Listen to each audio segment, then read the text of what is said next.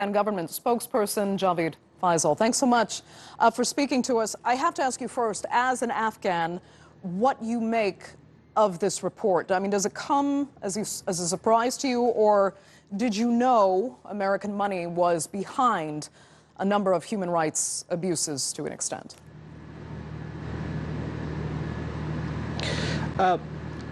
These civilian casualties have long been the first concern that the Afghan people had. All sides involved in this fight, mostly the insurgents and the Taliban, they were expected to decrease the number of attacks that involved civilian casualties or pay more attention. And that's the first reason why we all called for peace, why we appealed for peace, because with peace it all will end. But it's true that in these 18 years, unfortunately, we have had casualties from all sides, and they were responsible for it. In this specific case, we have lately had more incidents, and the good thing is that the Afghan government had some actions taken. The NDS director, the Director General for the Intelligence Services in Afghanistan, he resigned. The people that were involved in the raid, they were detained. Some 4 years ago, in 2014, the Afghan government, when they took security control from the US, they tried to make sure that these forces, their operations are being Afghanized and controlled. But there still seems to be some more work left that they should undertake.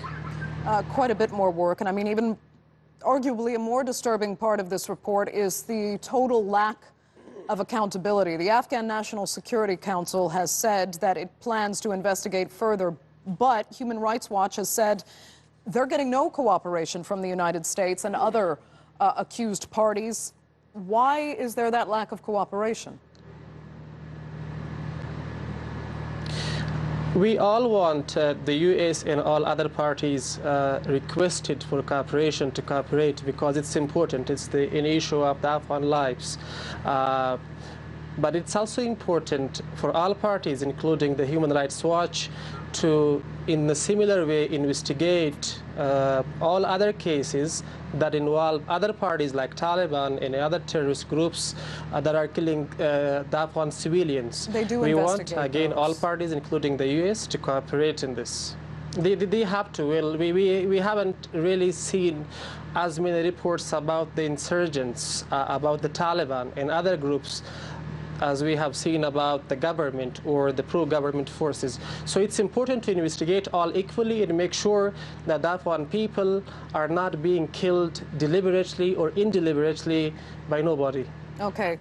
I think it's actually just a foregone conclusion about how many casualties and human rights abuses the Taliban in particular has committed. But still, I mean, this report, it's not just about, Afghan security forces. According to Human Rights Watch, there are these paramilitary militia units that are getting CIA funding. I mean, who are they, and why can't the Afghan government try to rein them in? The Afghan government has tried for it. The later decision that was taken was their operation has been limitized, has been very limited lately. So that's what has been taken. But they still are considering more action, because it's important to have reforms, and it's important to avoid civilian casualties and make sure that nobody is being harmed by the forces that are supposed to be protecting them. But it's also important, again, I will say, when you talk about the numbers, the SIGAR report that was released lately, it was saying that the Taliban attacks, or the civilian casualties in Taliban attacks in this year, are tripled compared to this time last year. So it's important to take measures from all sides and make sure that there is a peace process in place, that we no longer need to have attacks against one another, or that we no longer need to have raids in the Afghan villages, and make sure that we talk to one another, and that there are no civilian casualties again, and that there is no fight again. Okay, Javid Faisal, thank you so much for joining us there from Kabul.